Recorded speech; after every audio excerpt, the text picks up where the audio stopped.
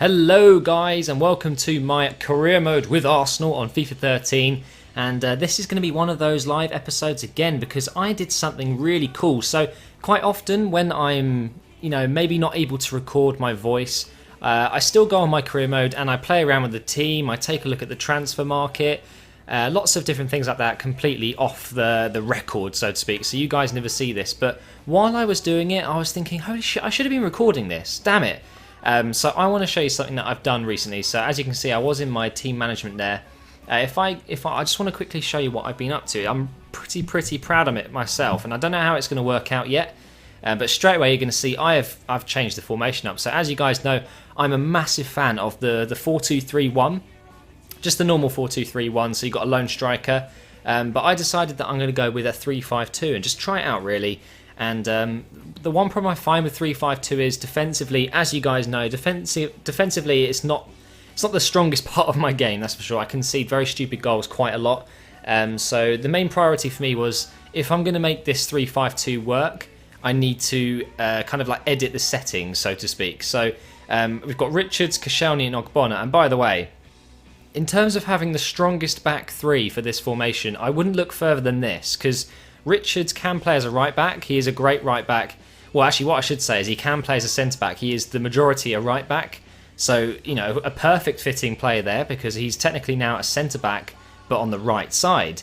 Koscielny is just a centre back. Absolutely amazing player. I'd say just behind Ogbonna, my best defender.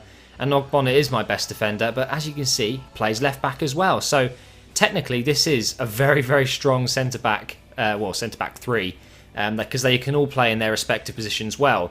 Then in the defensive midfield position, we've got Witsel and Fellaini, the two Belgian Afro monsters. And then on the right, we've got Isla, which is absolutely perfect for him because he plays right midfield, not right wing, right midfield, because he's also a very good right back. If I quickly show you his skill attributes here, take a look at his defending. Slide tackling 81, stand tackling 81. So he's going to track back and with his high defensive work rate, really get back and help out the defence, because like I said, defensively 3-5-2 is pretty weak. Then we've got Oxlade-Chamberlain, who I'm a little bit worried about because obviously his defensive qualities aren't good at all.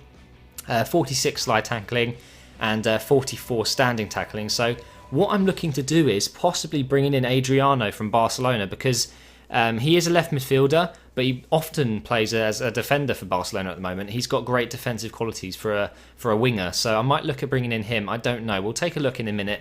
But I'm going to show you why I think I can get away with Oxlade in a minute.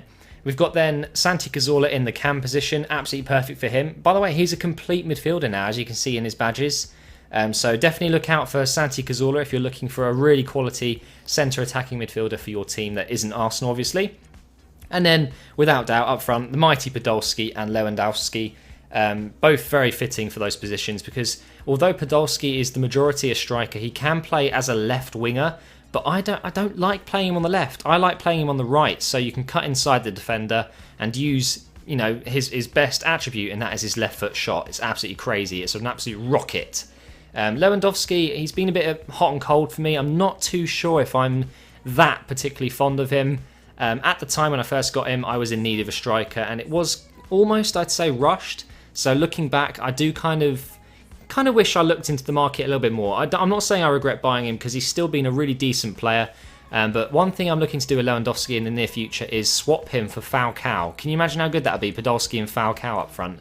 Maybe even Cavani. But we'll look into doing that in January in the window, or at the end of the season, beginning of next season. On the bench, we've got Gibbs, Mertesacker. Unfortunately, Gibbs has to make way for this team. He's not going to be as good as, Ogbonna, Koscielny and Richards in this 3-5-2.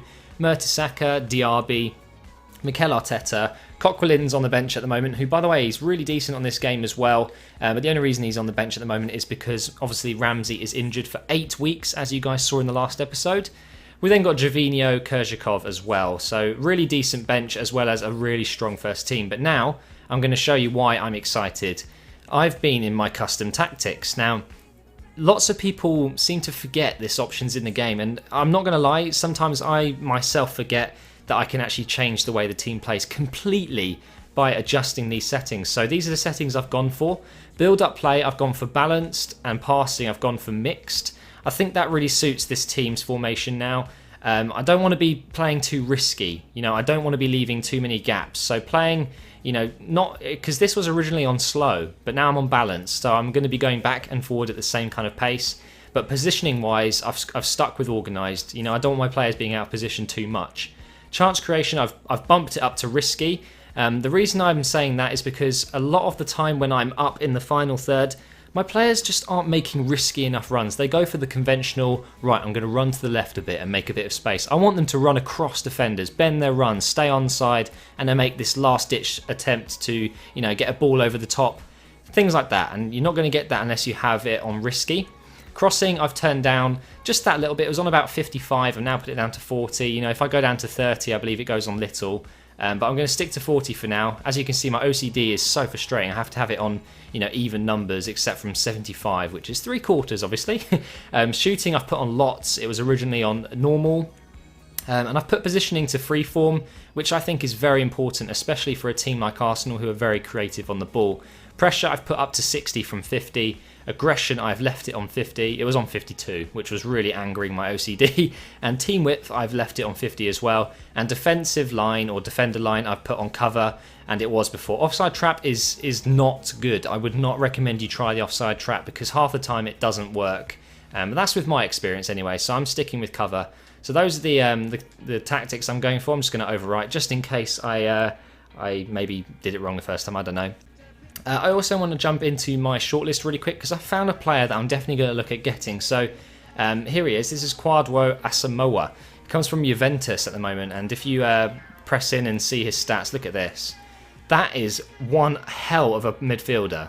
86 stamina and 84 strength. So, very, very good for a midfielder who's running up and down the pitch a lot. He's going to make a lot of great challenges. Mental attributes-wise, good as well, above average. And then you go into skill attributes. The only stat that isn't yellow or more is finishing. And when the hell am I ever going to need him to make a good shot or something? Maybe once or twice every now and again in a game when I might have a long shot. But in terms of this guy being perfect for what I need, he's up there. He's got high attacking work rate and high defensive work rate as well. He's from Ghana. Long shot taker, funnily enough, not very good finishing though, and the engine and the dribbler specialities as well. The only downside to him, he is quite expensive, 12.5 million, so not too cheap, that's for sure. The reason I'm looking at getting him is because Arteta is now getting too old, and he's going to have to be sold, I think. So maybe a straight swap and a bit of money with Arteta to get Asamoah. Obviously Falcao, I mentioned him before. I would really like to get him in the team. Stats wise, this guy is an absolute god. 91 finishing, 95 heading accuracy, 87 penalties, 83 shot power, 88 volleys, 4-star skills, 4-star weak foot. He's only 27 as well, so he's in the prime of his career, and I have heard he's got up to about 92, 93, so definitely someone I'd like to bring in as well. We've got Daniel Sturridge still shortlisted here. We've got Alaba as well. I probably won't need him anymore. Nastasic, same with him. We've got Royce as well. I'll definitely look at getting Royce at some point. Especially if I sell a player in the near future who plays a more attacking role, I could definitely replace that player with Royce. Not too expensive and great potential. Look at that, 91 long shots as well. 4-star skills, 4-star weak foot, just the same as Falcao. Asamoah, I believe, has 3-star skills. Let me just double check that. Indeed, he does. So that is someone I want to take a look at, definitely. But we're going to go ahead and play against Manchester City, and we are going to see how these new settings that I've got affect the team. While I was talking about my settings, I mentioned that I needed someone to play on the left wing who had good defensive qualities. So for this video, guys, I'd really appreciate it if you could leave a comment and tell me any left wingers, any left midfielders, or any attacking or defensive midfielders that can play on the left with good slide and stand tackling and high defensive work rate. It's very important. So anyone who can play on the left with high defensive work rates and good defensive stats in terms of standing and sliding tackling, let me know in the comments below. I'm going to quickly take a look at Adriano from Barcelona because I know for a fact that he's got some great defensive stats. So I'm going to use my keyboard here to speed up this process. Adriano. Alright, here he is. This is Adriano, and I've just noticed he's in fact a left back on this game. So I guess his in real life performances have made him a left back in this game. He's definitely being used more as a defender now at Barcelona than last season. He was actually a midfielder. last season and in this game in FIFA 12. So straight away, I'm a little bit less interested now because I want a midfielder who can really push forward. But you know what? He probably wouldn't do a too bad job. His standing and slide tackling isn't as good as I expected. So again, guys, I'm going to leave that down to you. Please do leave a comment. Tell me if there's anyone you know of who I can use on the left out there. Let's see if... absolutely useless. So yeah, let me know, guys, and let's get on with the Man City match now.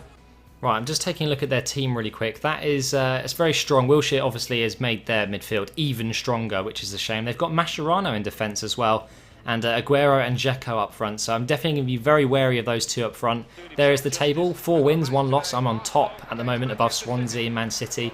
So winning this match will extend that lead and pretty much set me off for a really good start to this season. So let's go and kick this one off. Go Podolski, left foot. Oh my god, that was close. That's the rocket I was talking about. That's a great pass. Oh, he's come off the post. God, that was very, very, very unlucky there. I really should be 1-0 up by now. That's 2 great chances so far. Let's get a crossing with Podolski here. Oh my god, it's perfect. Ooh, unlucky, son.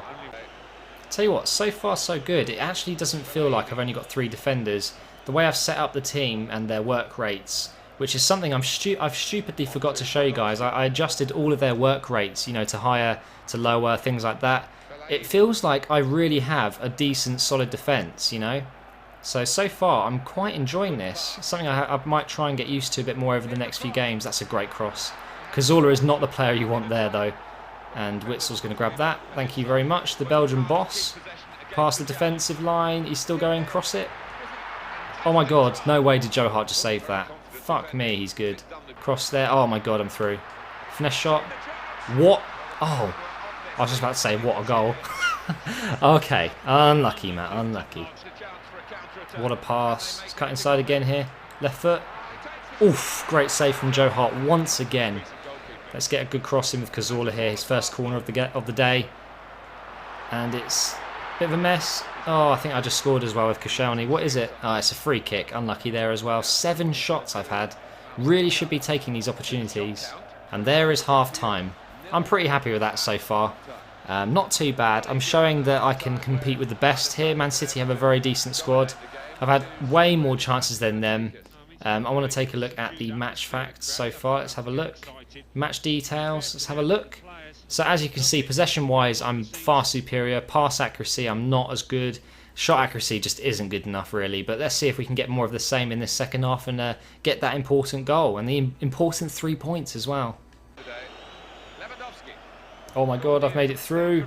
Go, Lewandowski, go! Cross it in. Oh my god, he's pushed me over. That is a penalty. Oh my god, look how close that is. Wow. Okay, I'm going to cross this one in. I think Fellaini can get his head on this. Oh my god, what was that? My plan worked off, and that was completely unrealistic. But there you go, guys. That was unexpected, to say the least. I hit that way too hard, but look at this. I'd be so embarrassed if I was Joe Hart there. But there you go, 1-0 up, guys. Good goal, very important. Fellaini with the header. Wow. No. Oh, what a tackle. What a tackle. Oh my god. Wow. I just got very lucky there. Again, I'm getting very fortunate this match. There's more defending to do. No. Rebound. No. Oh my god. Oh, 0-0. Well, to be honest, it should still be 0-0. My goal shouldn't have gone in, and that was just... That was okay, you know. I did my best. You can only do so much when you've only got 3 players in defence. You know, it left a lot of them unmarked. It was not the best save from Chesney there, and that's a really good finish from Milner. That makes it 1-1. You know, a draw from this game wouldn't be awful.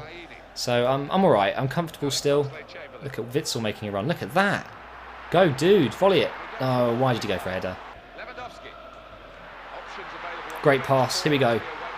And that's a great goal. Podolski. Oh, man, that's a relief. That's a really good relief there. I actually feel good about that. So this could be the winning goal. That is really poor defending from Man City there as well. They should be really stopping that. Their defence is weak. You know, Mascherano and Nastasic, they are not good enough for this team, I don't think. So, you know what? Maybe they should start buying more Arsenal players. I hope not. Anyway, I don't want them to tempt away Ogbonna. That'd be a real shame. But anyway, let's move on and let's try and get that 2-goal cushion. But no. Oh my god. Are you... What the fuck happened there? And don't you dare celebrate, you bitch. Don't you dare celebrate. Wow, fist pump. He wouldn't do that in real life. Let's have a look what happened there. Just a complete lapse in concentration again. I am the bane of my life right now, on my FIFA career. Right, 2-2 guys, as you were. Go Witsel, go! Use your pace, son. Pace and strength. Oh my god, he's going through it. Oh my god. Oh my god, that deserves the Kaká celebration. That was a crazy goal. This is why I bought Witsel, you know. Now, I didn't buy him necessarily to be a central defensive midfielder. I just thought he'd be a great partnership with Fellaini wherever he plays. He's just such a strong, powerful player. And a great finish too. What a goal. 3-2. There we go. That is the end of the game. It finished 3-2, guys. That is a great win for me. 2 really poor goals I conceded. But again, you know, when you concede goals, it's always a mistake on your part, really. And I often blame the game or... Well, actually, to be honest, most of the time I blame myself. So I've got dignity, I guess. There you go. Podolski with man of the match. Witzel's not far behind either with 8.9. That was a really, really enjoyable game. I enjoyed that. So thank you for watching, guys. I really do appreciate all the support on these videos. And I will see you in the next one. I would just like to sign out by saying I really hope you enjoyed the slightly longer videos. I'm trying my best to pack as much content as I can in these episodes and making them as long as possible without getting boring or finding them difficult to make myself. So I'm really hoping you're enjoying the slightly longer videos. I do listen to you guys. I appreciate all the feedback you give. And I'd really appreciate it if you could just hit that like button on this video and share it to Twitter and Facebook. It really helps me out finding a new audience, more people to come and check me out, and to help my channel grow. So thank you for watching, guys, and I'll see you in the next episode.